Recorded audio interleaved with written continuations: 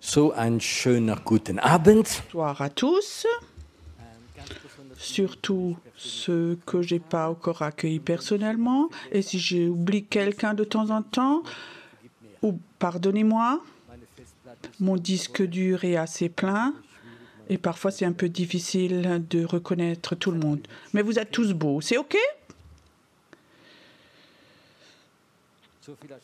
Peut-être que demain, on donne plus d'infos, mais pour ceux qui ne savent pas, nous avons un culte à 10h le matin, le soir à 20h30. On est en Suisse. Essayez d'être ponctuel. De temps en temps, j'étais en Afrique. Eux ne connaissent pas ça. Je leur ai dit, vous savez, en Suisse, les gens sont toujours ponctuels. L'Africain dit, oui, ils ont les montres, nous, on a le temps.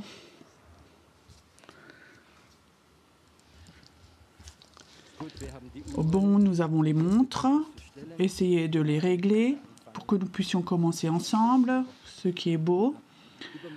Après-demain, le matin, on fait la prière du matin à 8h. Martin, pauvre Martin. Ok, Martin, c'est le pasteur de la Taube qui est là, qui fera la prière du matin. Vous voulez encore une bonne nouvelle? Si quelqu'un a un besoin et que c'est important pour lui d'avoir un entretien, et il demande très gentiment Ina, je crois qu'elle dira oui. Hein? Elle rayonne toujours, toujours. Ah, ok. Ce soir, j'aimerais parler de mon prophète préféré, Ésaïe. Ce soir, j'aimerais parler de deux choses, de Jésus et de toi. Ça va donc ensemble. Tu sais, chaque histoire qui est intéressante commence avec Jésus. C'est juste? Tout ministère et tout qui ne commence pas avec Jésus, un jour va se dissoudre.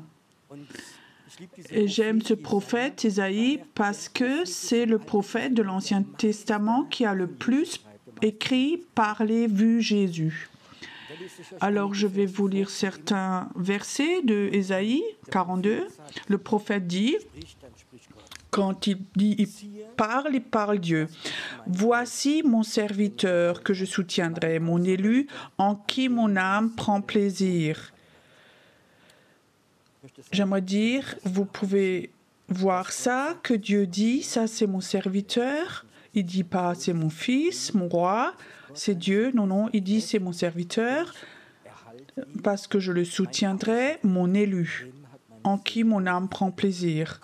Dieu a choisi Jésus comme son fils à être serviteur sur la terre. Serviteur sur la terre, il l'a choisi. Je ne sais pas comment il a fait, mais je pense que tout le ciel là en haut, les anges tous étaient là, rassemblés. Quand Dieu s'est levé sur son trône, là, mon fils, je l'ai choisi à descendre sur la terre en tant que bouc émissaire. C'était un bouc émissaire. Dans l'Ancien Testament, le haut prêtre, une fois par an, a mis tous les péchés du peuple sur le bouc émissaire pour mourir. Jésus est venu, pas en tant que roi, pas pour régner, mais il est venu pour servir. Et Jésus lui-même qui dit, celui qui veut être le plus grand doit servir. Il est devenu serviteur, il était prêt à faire ce ministère, à être bouc émissaire, à mourir pour son peuple, pour ceux qui ont une foi, qui vont suivre, de pardonner les péchés, déverser son sang pour son peuple. Il a été choisi. Je ne sais pas s'il y avait une grande joie en lui quand Dieu a dit « Jésus, tu es mon fils, tu vas aller sur la terre et là tu vas mourir. tu vas être le bouc émissaire. Je ne crois pas que chez lui, il y avait un grand enthousiasme, mais il y a quelque chose en lui, c'était l'obéissance jusqu'à la mort. Et il était prêt à venir et à mourir. Dieu l'a choisi, élu, entre 1000 peut-être, et mon âme prend plaisir. J'ai mis mon esprit sur lui, il annoncera la justice aux nations. Il ne criera point, il n'élèvera point la voix, et ne fera point entendre dans les rues. Il ne brisera point le roseau cassé, il n'éteindra point la mèche qui brûle encore. Il annoncera la justice selon la vérité. Est-ce que vous aimez ce trait de caractère de Jésus? Ce roseau cassé, il ne le brisera pas, et peut-être une petite mèche qui peut-être fume encore un peu. Il dit il y a trop de fumée, il éteint. Non, non, il va de nouveau la faire brûler, la mèche. Combien de fois, toi, moi, on s'est déjà senti comme juste une petite mèche qui brûlait encore? Peut-être que ce soir tu es là, je ne sais pas. Personne ne sait comment tu vas, mais Dieu le sait. Et si ce soir tu es là et tu penses « Oh, je suis juste encore une petite mèche, je suis là », avec comme un roseau cassé. Jésus dit, je suis venu, je ne suis pas là pour juger, crier, mais je suis venu pour servir. Jésus a montré qu'il est un serviteur, il a appelé ses apôtres. Qu'est-ce qu'il a fait? Il a lavé les pieds, alléluia. Tu peux imaginer, le Fils de Dieu vient sur la terre et il lave les pieds de ses apôtres. Et je peux te dire, en ces temps-là, les apôtres n'avaient pas les belles chaussures et des chaussettes, mais souvent, ils marchaient avec des sandales à pieds nus. C'était sans doute pas un beau travail. Mais il est venu pour montrer qu'il était serviteur. Il est venu pour apporter la justice. Après, tout d'un coup, il dit, « Ainsi parle Dieu l'Éternel qui a créé le ciel et les a déployés, qui a étendu la terre et ses productions. Il a donné la respiration à ceux qui le peuplent et le souffle à ceux qui y marchent. » Tout d'un coup, je viens vers toi maintenant, je parle de toi, le prophète vient vers toi maintenant. Moi, l'Éternel, je t'ai appelé pour le salut et je te prendrai par la main, je te garderai et je t'établirai pour traiter alliance avec le peuple, pour être la lumière des nations, pour ouvrir les yeux des aveugles, faire sortir de prison les captifs et de leur cachot ceux qui habitent dans les ténèbres. Dieu parle à son Fils pour servir, et tout d'un coup, après, il parle de toi. Que Jésus est l'élu de Dieu, ça, vous le croyez tous, c'est juste. Et maintenant, la question, est-ce que toi, tu es élu? Choisi? Est-ce que tu es sûr? Entre 1000 personnes, Dieu t'a vu avant que tu viennes au monde, dans le bas-ventre de ta maman, et il t'a élu. Tu as réfléchi à cela. Pourquoi moi? Vous vous êtes déjà posé la question. Pourquoi moi? Tu sais, ça c'est le problème de Dieu. Pourquoi toi? Parce que Dieu t'a élu. Comme il a élu Jésus, il t'a élu. Et je crois, comme il a envoyé Jésus comme serviteur, comme ça il nous appelle nous en tant que serviteurs. Un jour, on va être roi et régner avec lui, mais sur cette terre, nous allons être des serviteurs. Nous devons apprendre à être comme Jésus. Ça veut dire si quelqu'un est un roseau brisé et que tu penses que tu abandonnes parce que ça ne sert à rien, pense à Jésus. Lui n'abandonne jamais. Il est prêt à le faire. C'est son caractère. Dans cette mesure, tu ne te briseras pas. Le brisé ne va pas être brisé jusqu'à ce qu'il ait fini son ministère. Cette promesse est là aussi. Si Dieu a une mission pour toi, s'il te justifie, qu'il t'a élu, tu ne vas pas te briser. Si toi, tu rentres dans ton appel, tu ne vas pas te briser aussi longtemps que tu es un serviteur, une servante de Dieu. Je crois que c'est quelque chose de très important. Si tu as l'appel de Dieu et tu prends le caractère de Jésus, tu ne te brisera pas. Tu ne seras pas anéanti. Pourquoi il y a tellement de gens qui se brisent ou de leaders spirituels? Parce qu'ils ont oublié qu'ils sont serviteurs et ils veulent régner.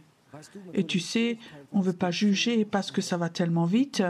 Tu sers les gens, tu pries pour eux, pour les malades, et ils sont guéris, tu fais de la délivrance, et tu as des paroles de connaissance, et tu sers les personnes, et tout d'un coup, les gens te veulent comme roi, comme Jésus. Tout le peuple voulait faire de Jésus un roi, mais Jésus ne s'est pas laissé faire roi parce qu'il savait qu'il n'était pas là pour être roi, pour régner, mais il est venu pour servir. Et si Dieu t'appelle et tu as ce trait de caractère, de cette mèche, à ne pas l'éteindre et à ne pas briser le roseau cassé, tu veux serviteur, alors Dieu te donnera toujours la force que tu puisses tout faire jusqu'au dernier jour. Tu ne vas pas être brisé, tu ne vas pas t'arrêter. Et la majorité des gens qui ont été brisés dans leur ministère, ils ont oublié de servir et en partie, ils sont devenus des personnes qui ont régné. Et ça, c'est important. Maintenant, le premier mot, Jésus est élu. Et la question, est-ce que toi, tu es élu? Est-ce que tu as été appelé de Dieu? Tu sais, si Dieu appelle quelqu'un, alors premièrement, tu es justifié. Et au moment où Dieu t'appelle, il y a quelque chose qui se passe. Il y a une mesure de foi qui vient en toi. Je dis encore une fois, tu peux te rappeler quand l'appel de Dieu est venu dans ta vie, où tu savais Dieu t'appelle maintenant, il veut te pardonner tes péchés, il veut te guérir, il t'appelle. Et au moment où Dieu t'appelle, il y a toujours une mesure de foi qui vient en toi pour que tu peux remplir la mission de Dieu. Maintenant, le problème principal, je donne un exemple. Dieu appelle Pierrot. Pierrot, j'ai besoin de toi, je te pardonne tes péchés, je te sauve, je t'appelle, je te donne la main, je vais t'utiliser. À ce moment-là, il y a une mesure de foi qui vient. Waouh, vous connaissez ça? L'appel de Dieu, waouh, c'est tellement bon, tellement de foi. Et après, il y a un moment où tu ne regardes pas ce que Dieu t'a demandé, mais tu te regardes toi-même. Qu'est-ce qui se passe avec ta foi? Si Dieu t'appelle, alors tout de suite, il te remplit à 100% de foi. Ton réservoir est rempli. Et Satan sait, oh, elle est dangereuse, elle, maintenant. Son réservoir est rempli. Et Satan dit, oui, c'est bon, mais regarde-toi, regarde-toi. Compare-toi avec Jésus, compare-toi avec cette sœur, avec ce frère. Et tout d'un coup, tu te regardes à toi et tu regardes la mission que Dieu te donne. Qu'est-ce qui se passe alors? Ta foi s'en va de nouveau, te quitte. Et ça, c'est la manœuvre où il faut faire attention. Quand Dieu appelle quelqu'un, à ce moment, il y a une mesure de foi qui vient. Et je crois que ce qui est important quand je demande quel est le sens de ce que tu veux faire, parfois je suis curieux. La majorité du temps, à la fin, je ne sais pas, mais je sais ce que Dieu veut faire. Quelqu'un le sait? Tu sais, Dieu, cette semaine, Dieu va appeler. Ce soir, Dieu va commencer. Tu sais, l'appel de Dieu va venir. Que tu sais, tout d'un coup, Dieu, je ne peux pas comprendre, comme je suis avec toutes mes fautes, tous mes manques. Je sais que tu vas m'appeler, je sais que tu m'appelles. Et au moment où l'appel de nouveau, il est là, il y a une mesure de foi. Alors tu peux regarder à ce que Dieu veut de toi. Je te donne un exemple. Moïse, il est dans le désert et il voit ce feu. Il va là-bas et Dieu dit, enlève tes chaussures car l'endroit où tu es est saint, et il sait que Dieu est là.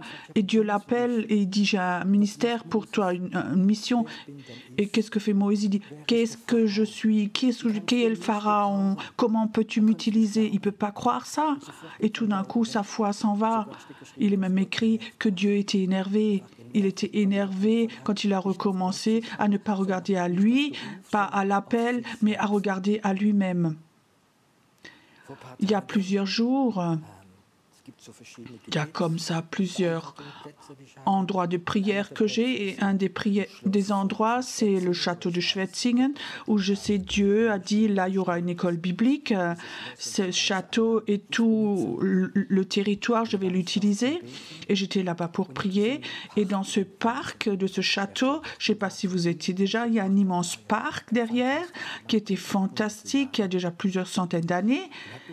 Dieu m'a emmené là dans un coin et là-bas il y a comme ça, j'ai jamais vu ça comme des grandes arcades, comme des portes qui sont 5-6 mètres de haut, mais tout fait en végétation. J'ai regardé comment c'était fait, c'était avec une armature en fer et comme ça fait des arcades une après l'autre.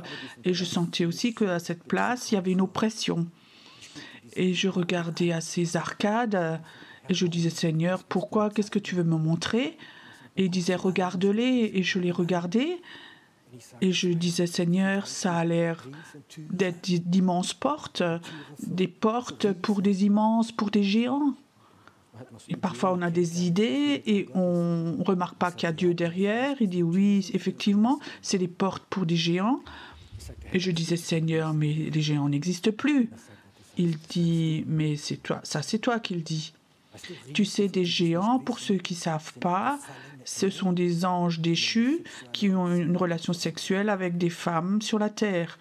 Et le fruit de cela, c'était des géants. Un de ceux, c'était Goliath, par exemple. Comme ça, il y a des géants spirituels, des êtres démoniaques qui sont comme des géants. Et le Seigneur a dit, celui qui a construit cet château, il savait ce que c'était le monde spirituel. Si quelqu'un connaît le château de Schwetzingen, si tu es dehors à l'entrée principale, tu vois tout de suite, tout droit, tu vois la route, tout droit, tu vois au Königstuhl. C'est la montagne la plus haute dans notre région et c'est une montagne très occulte. Et donc la porte de ce château va vers le Königstuhl. Je ne sais pas si tu sais, mais ces grands immeubles sont tous construits presque par des francs-maçons.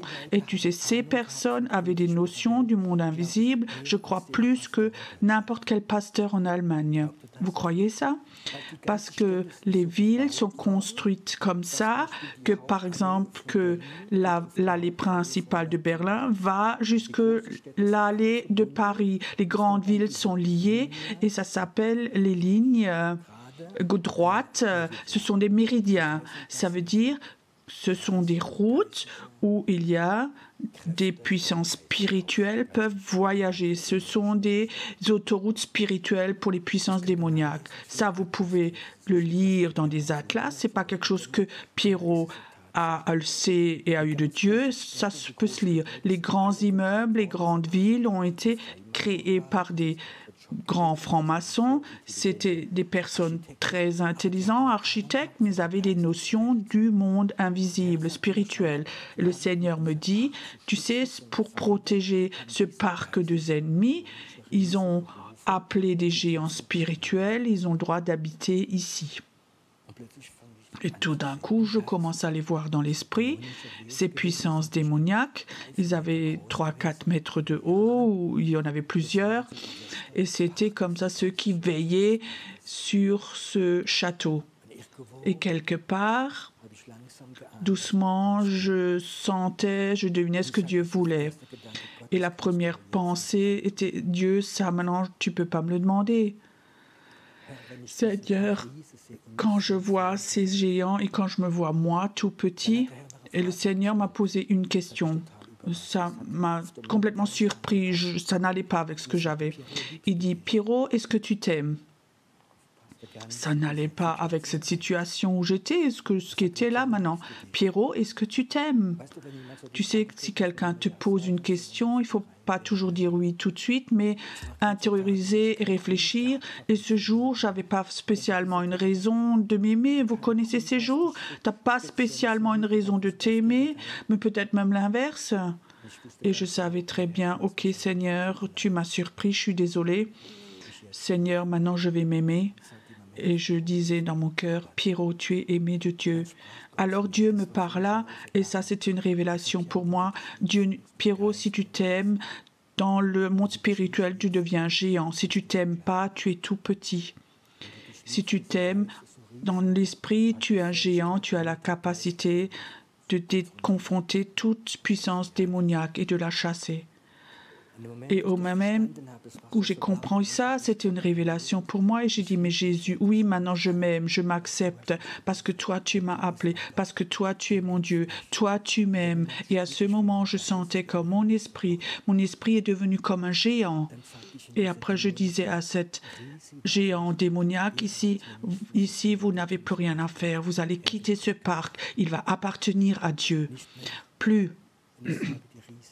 Et après, ces géants sont partis, même malgré qu'ils étaient là depuis des centaines d'années. L'appel de Dieu nous donne la foi.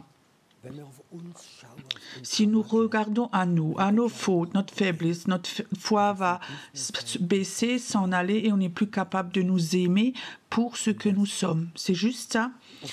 Et si nous nous aimons et cet appel est là dans notre cœur, et je crois que Dieu souvent veut nous appeler, alors dans l'esprit, on va être comme des géants. Dans l'âme, on sera avec plein de défauts, c'est juste, même corporellement. Tu sais, si on devient vieux, on a des manques, il y a des chrétiens qui proclament jusqu'à 100 ans, ils ont de la force, si tu crois, c'est bien. Mais ce n'est pas l'essentiel, le plus important. L'essentiel, c'est ce que je fais dans l'esprit. Dieu m'a donné cette révélation. Si tu t'aimes, dans l'esprit, tu es un géant. Et alors, tu as cette foi. Et dans l'esprit, tu peux vivre des choses merveilleuses. Ces jours, maintenant, je vais beaucoup parler de ce monde invisible parce qu'on fait que des cultes. Si on fait que des cultes avec ce qui est visible, ce qu'on a le droit ou pas le droit et plein de choses, on ne va pas voir le monde invisible, il n'y aura pas de réveil. Est-ce que vous croyez qu'en Suisse, il y a un géant, des géants spirituels qui contrôlent des endroits entiers? Il ne s'agit pas d'être plus saint, plus religieux. Il s'agit de construire le royaume de Dieu. Amen.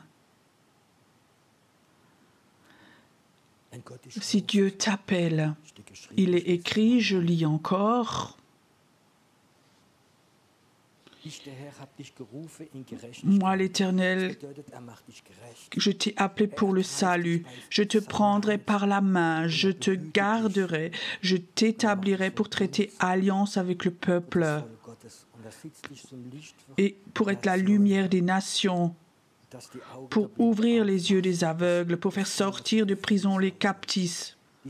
Ce géant qui existe en Suisse, en Allemagne, en Europe, ces géants qui existent, je peux te dire, ils ont des super grandes prisons. Il y a des milliers de personnes là-dedans. Peut-être ils sont appelés de Dieu, ils sont dans le plan de Dieu, mais ils se sont laissés attraper. Ces prisons, peut-être ton enfant est dedans et tu ne sais pas, ou peut-être que tu le sais. Tu dis, oui, mon enfant est un enfant de Dieu, il a donné sa vie à Jésus et maintenant il est comme lié par autre chose, il n'est plus libre. Ils sont rentrés dans ces prisons de ces géants. Ce qu'il s'est passé il y a plusieurs jours, ça m'a beaucoup aidé. J'aimerais que ces géants qui habitent là, ces géants qui ont attrapé tellement de personnes, j'aimerais leur dire, il est temps de partir, il est temps de partir. Mais ça ne va pas dans l'âme, mais ça se passe dans la foi. Est-ce que toi, tu as la foi que Dieu veut utiliser ton esprit pour de très grandes choses? David, ce petit berger, ce petit enfant, il a montré comment ça fonctionne. Pas avec la force. Saül est venu, son roi, il voulait lui donner une armure, tu comprends? Mais elle était beaucoup trop grande. Il a essayé de la mettre, il arrivait à peine à bouger. Mais il savait, l'armure ne va pas l'aider, mais son Dieu va l'aider. Vous savez ce qu'est ma vision? une armée de prière, de l'appeler, d'aller avec eux et de chasser les géants, ceux qui contrôlent nos pays, qui contrôlent les finances, qui contrôlent la politique, ceux qui contrôlent les esprits religieux. C'est mon désir que tu arrêtes de regarder à toi-même, à tes manques, à ta faiblesse, mais de regarder à celui qui t'a donné ton appel. Ton appel ne vient pas d'un pasteur, ton appel ne vient pas d'une église, il ne vient pas d'une assemblée, il vient de Dieu lui-même. Moi, je peux appeler personne.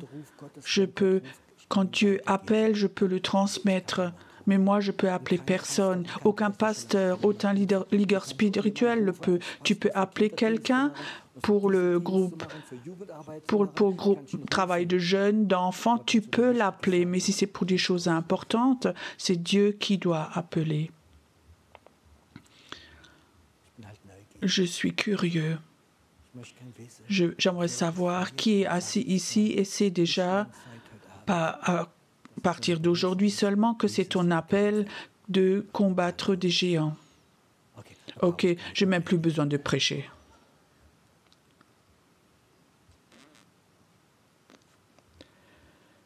Écoute, je vous raconte une dernière histoire. Le pasteur Peter Schmidt, le papa, il y a plusieurs mois maintenant, il est allé chez le Seigneur, je crois à 95 ans. Il racontait ce rêve, il était jeune chrétien, il habitait dans la ville de Mulhouse, en Alsace, il avait un rêve.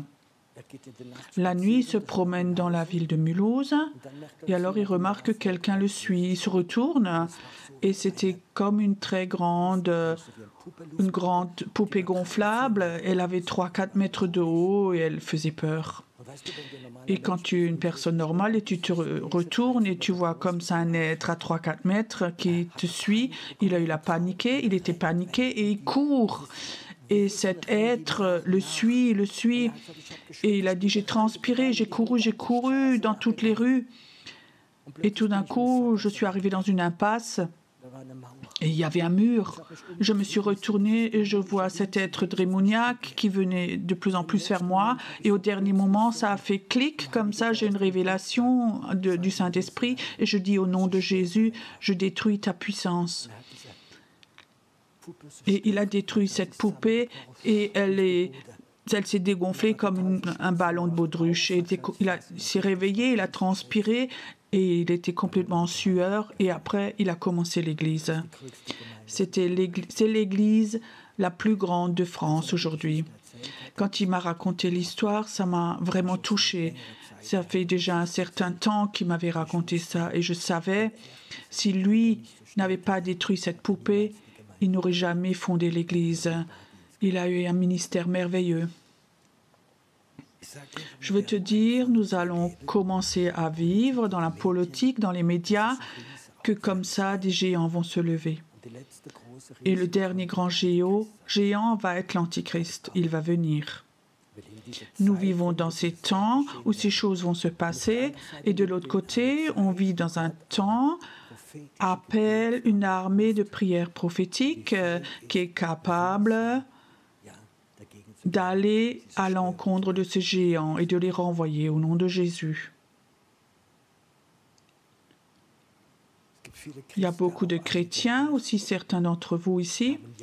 Pendant des années, ils ont fait un ministère d'amour. Ils ont servi l'Église, visité des malades, travail d'enfants, ou servir d'ordre, c'est bien, mais il y a un temps où l'appel va être plus important que le ministère, où les gens savent le temps de servir est fini, c'est le temps maintenant où je vais régner avec Jésus dans le monde invisible et moi, je vais confronter ces géants. Élie, s'il n'avait pas tué les Baals prêtres, il n'y aurait pas eu de pluie et le pays serait complètement anéanti. Il était prêt à tuer ces prêtres Baals et à les confronter. Ce soir, j'aimerais Pas faire très long, j'ai juste un souhait. C'est le souhait de Dieu. J'aimerais que Dieu voudrait cette semaine de nouveau appeler de nouveau. Comment est-ce que ça fonctionne, l'appel de Dieu? Ça n'a rien à voir avec des émotions. C'est dangereux parfois quand des orateurs utilisent les émotions. Les émotions peuvent aussi enthousiasmer, mais le Saint-Esprit appelle. Dieu appelle au travers de son esprit. Et j'aimerais ce soir commencer à libérer l'appel de Dieu pour que toi, tout au fond de toi, dans ton esprit, tu sais, tu vas apprendre à confronter les géants, à les détruire. Et peut-être que ça va commencer dans des rêves, comme chez le pasteur Peter Schmidt. Les derniers 2-3 ans, souvent j'ai rêvé des choses.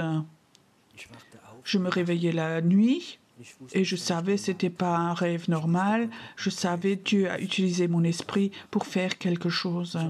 Et les derniers temps, j'ai vécu plusieurs fois où les gens disaient « Pierrot, la nuit, tu étais à mon lit, j'étais gravement malade, tu as prié, j'étais guéri. » Et je ne savais pas, je dis « Seigneur, je ne sais rien de tout ça. » Il dit « Tu te rappelles, il y a 3 semaines, où dans le rêve tu es parti, tu as prié pour des malades. Le temps va venir où Dieu va de plus en plus utiliser notre esprit que notre intelligence, que notre âme, que notre corps. Ça va venir. Et cet esprit que Dieu utilise, lui va confronter les géants. Et cet esprit que Dieu utilise, ton esprit, c'est celui qu'il va appeler, que lui va appeler. J'ai vécu aussi dans des milieux chrétiens, quand des leaders spirituels ont besoin de quelqu'un, ils appellent. Alors c'est souvent avec de la manipulation. « Oh sœur, tu as tellement de talent. Oh sœur, tu es tellement fidèle. Oh sœur, tu es une telle rayonnance, une positive. On a besoin de quelqu'un pour le travail d'enfant. » Qu'est-ce qui a été appelé ici? Ton âme. Et je voyais même un bout de manipulation là. Le Saint-Esprit t'appelle. Dieu t'appelle. Dieu dit et fait appelle l'esprit des personnes. Appelle les personnes pour qu'ils sentent la voix de Dieu dans leur cœur. Pas pour faire un ministère, mais d'aller dans leur appel avec Jésus, de régner avec Jésus contre ces géants. Et tu sais quoi, moi, tu vas être sans peur. Tu vas confronter des géants qui sont 100 fois plus forts que toi. Mais dans ce moment-là, comme David va avoir cette mesure de foi, tu prends cette foi, tu feras ce travail merveilleux. Mon appel n'est pas prêcher. Mon appel est de transmettre l'appel de Dieu. Ça, c'est ma raison de vivre, ce que je sens en moi. Est-ce que tu es prêt ce soir d'ouvrir ton cœur? Est-ce que tu es prêt à dire, Seigneur, je suis venu peut-être pour être consolé, d'avoir une parole prophétique, d'être en communion, pour rencontrer de bonnes, gentilles personnes, de faire la louange. Tu n'as même pas pensé que tu es là peut-être et Dieu t'a appelé pour t'appeler toi. Mais t'appeler toi. Pas parce que tu es super, parce que tu es extraordinaire, pas parce que tu es très, très fidèle. Quand Dieu appelle, il te justifie et lui est responsable pour toi. Lui est responsable pour toi. Il est là. Merci, Saint-Esprit, que toute la semaine tu vas appeler, mais que ce soir aussi, que tu vas commencer, pas à faire des ministères, mais aller dans ton appel, de résister aux géants, de les chasser, pour libérer les prisonniers, pour ouvrir des portes dans l'esprit, pour que les captifs soient libérés, ceux qui sont dans les cachots, ceux qui sont dans les ténèbres, que la lumière puisse venir. Écoute, si tu es là ce soir et tu entends l'appel de Dieu, qu'il t'appelle toi, dans cette situation où tu es aujourd'hui qui n'est même pas très bonne, Dieu ne regarde pas à ta situation, mais il regarde à ton cœur et il t'appelle. Il a besoin de toi. Si tu sens que Dieu t'appelle et que tu le sais, pour tuer des géants, pour aller à leur résister, alors lève-toi simplement si tu dis oui à cela. Ne te lève pas pour être béni, mais lève-toi si tu sens cet appel ce soir.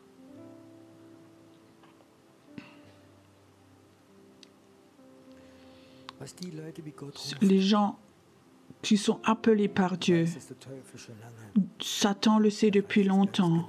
Il le sait depuis longtemps, que toi tu es un appelé de Dieu. Et souvent les derniers temps, il a envoyé la mort, l'esprit de mort contre toi. Il y a sans doute 10 personnes ce soir ici qui les derniers temps ont tellement senti cet esprit de mort. C'était parfois tellement fort que tu avais envie de mourir. Et je dis au nom de Jésus, ce n'est pas la volonté de Dieu que tu meurs, parce que tu es appelé à aller contre des géants. Ça, c'est l'esprit de mort.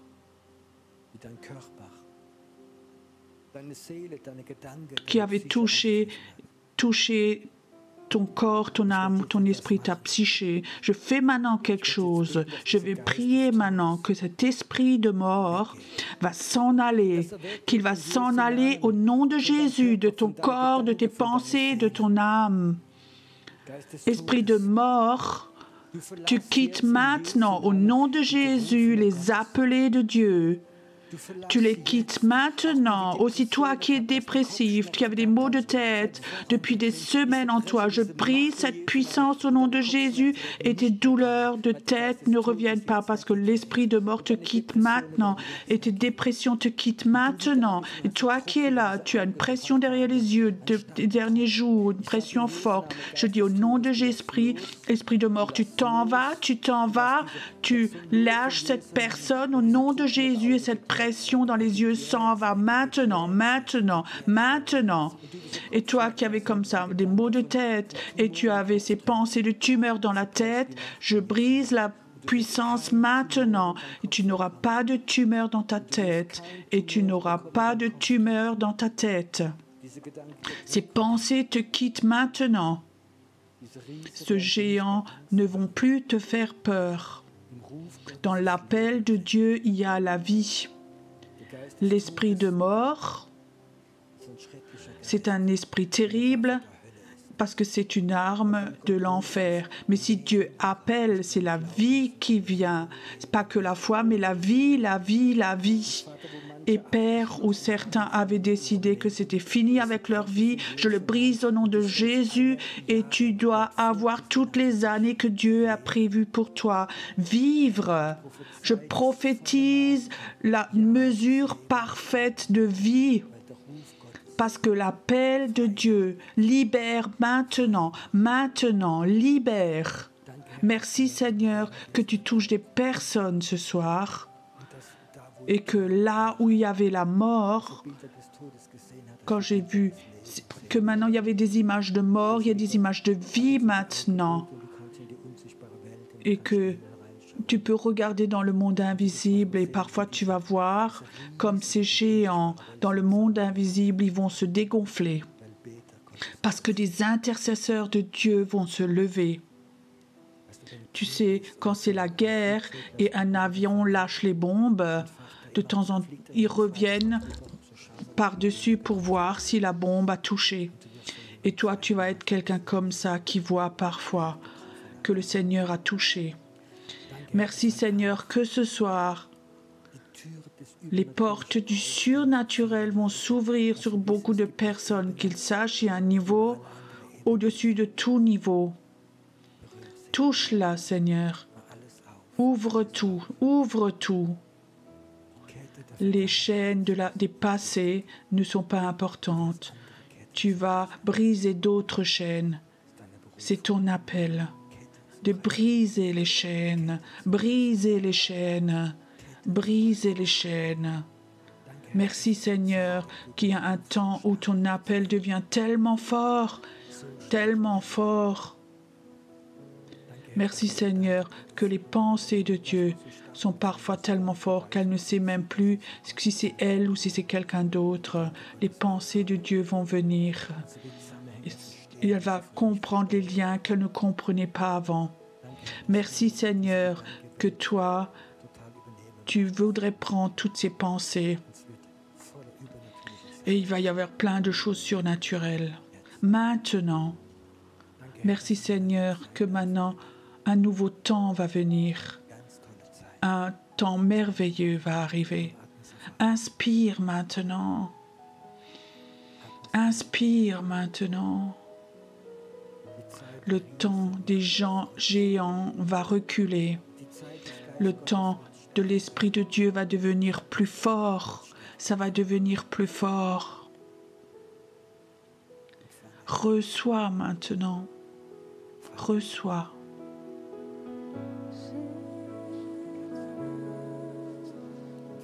Reçois maintenant.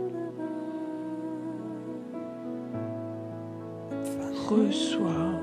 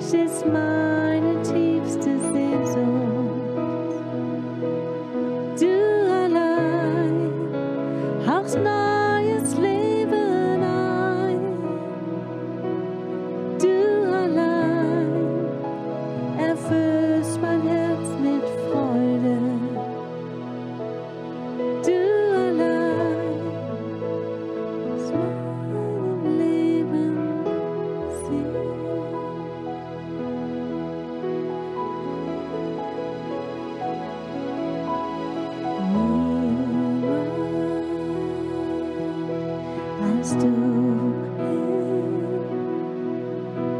kann geben, was mein Innerstes verlangt. Nichts, was ich tue, ersetzt, was du durch deine Nähe gibst. Du allein stehst meine tiefste Sehnsucht. Du allein hauchst neues Leben ein. Du allein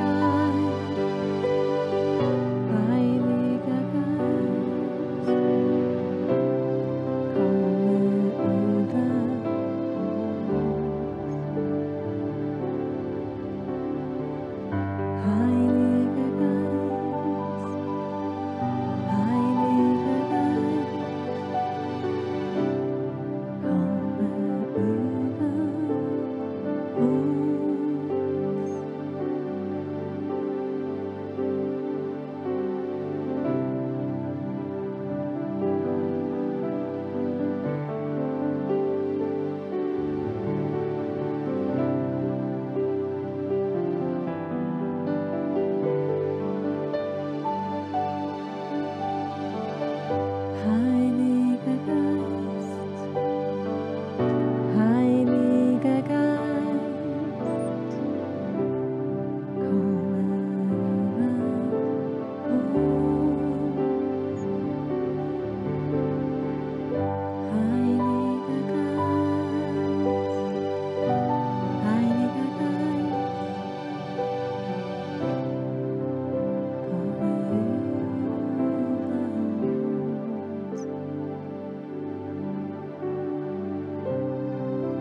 komm mit deiner Sanftheit, komm mit deiner Stärke, komm mit deiner Offenbarung, komm mit deiner Liebe,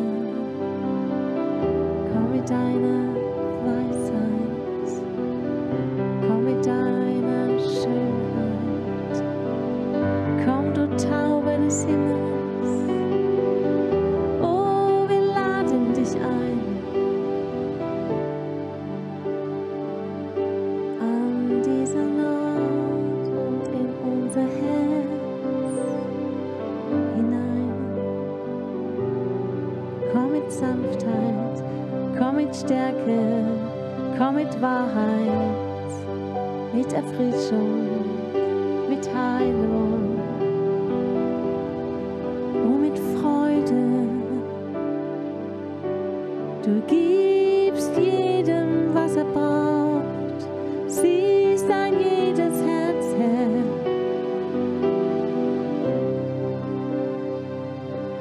Du füllst es aus, du gibst jedem Herz, was es braucht, du siehst jedes Herz, gehst nicht vorüber, sondern füllst uns mit deiner Freude, mit deiner Sanftheit, mit deiner Stärke.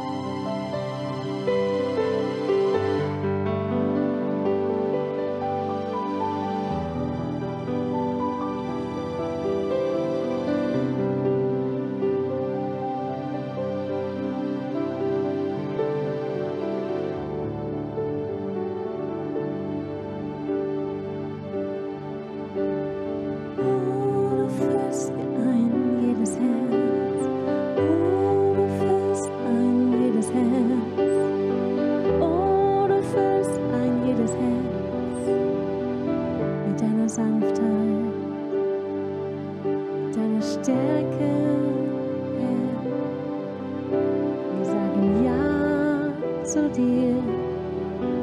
Ich sag ja zu dir.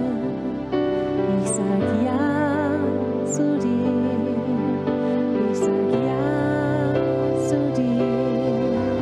Ich sag ja zu dir. Ich sag ja zu dir.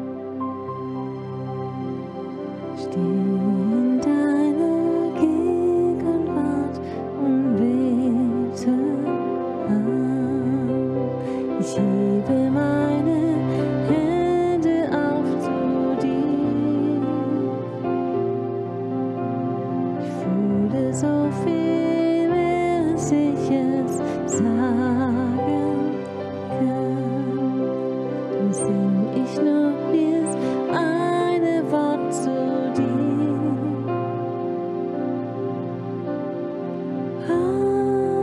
Halleluja, Halleluja, Halleluja, ich erhebe dich. Halleluja, Halleluja, ich erhebe dich, o Herr. Ich stehe in deiner Gegenwart und bete an. Ich hebe meine Hände auf zu dir. Ich fühle so viel mehr, als ich es sagen kann. Drum sing ich nur dies eine Wort zu dir.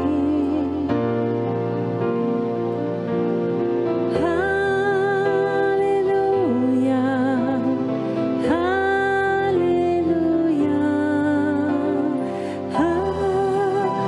Halleluja, ich erhebe dich. Halleluja, Halleluja, ich erhebe dich, o Herr.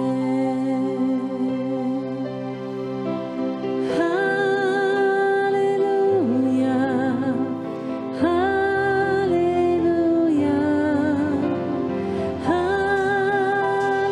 Halleluja, ich erhebe dich. Halleluja, Halleluja, ich erhebe dich, o Herr. Ich erhebe dich, o Herr. Ich erhebe dich, o Herr.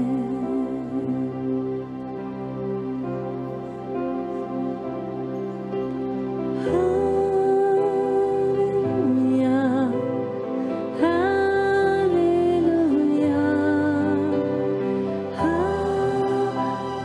Halleluja, ich erhebe dich. Halleluja, Halleluja, ich erhebe dich, o Herr. Ich erhebe dich, o Herr. Ich erhebe dich, o Herr.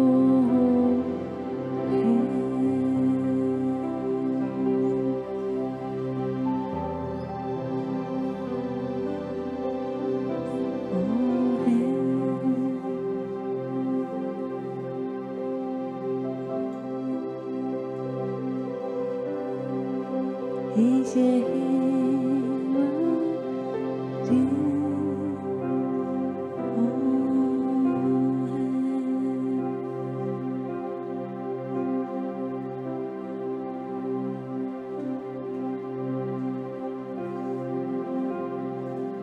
o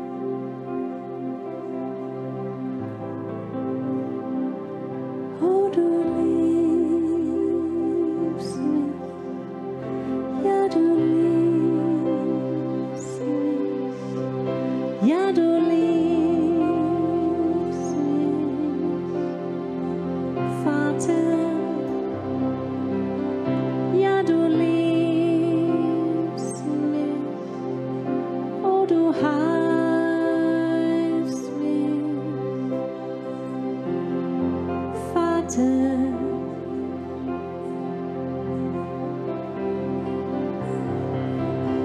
Ja, du liebst mich, oh, du heilst mich.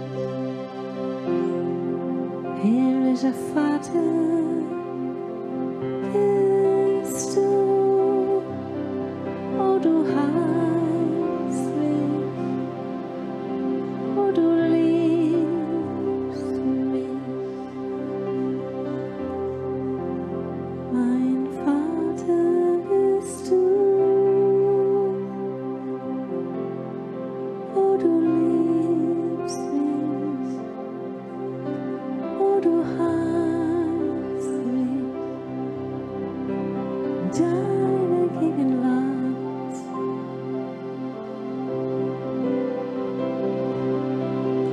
ja, du liebst mich, oh, du heilst mich, oh, du heilst mich.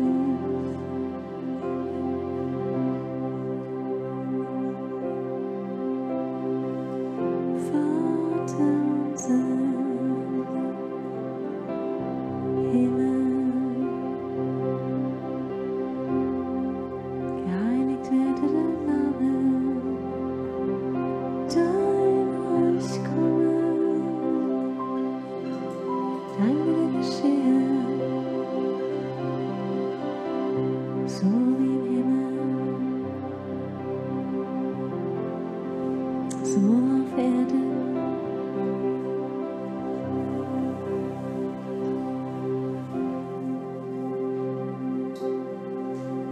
Ja, du liebst mich.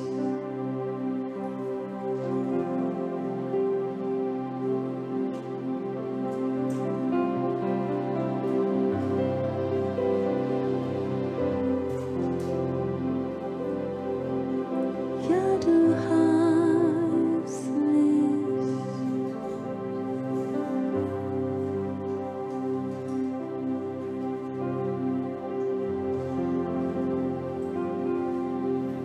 Und ich darf schlafen.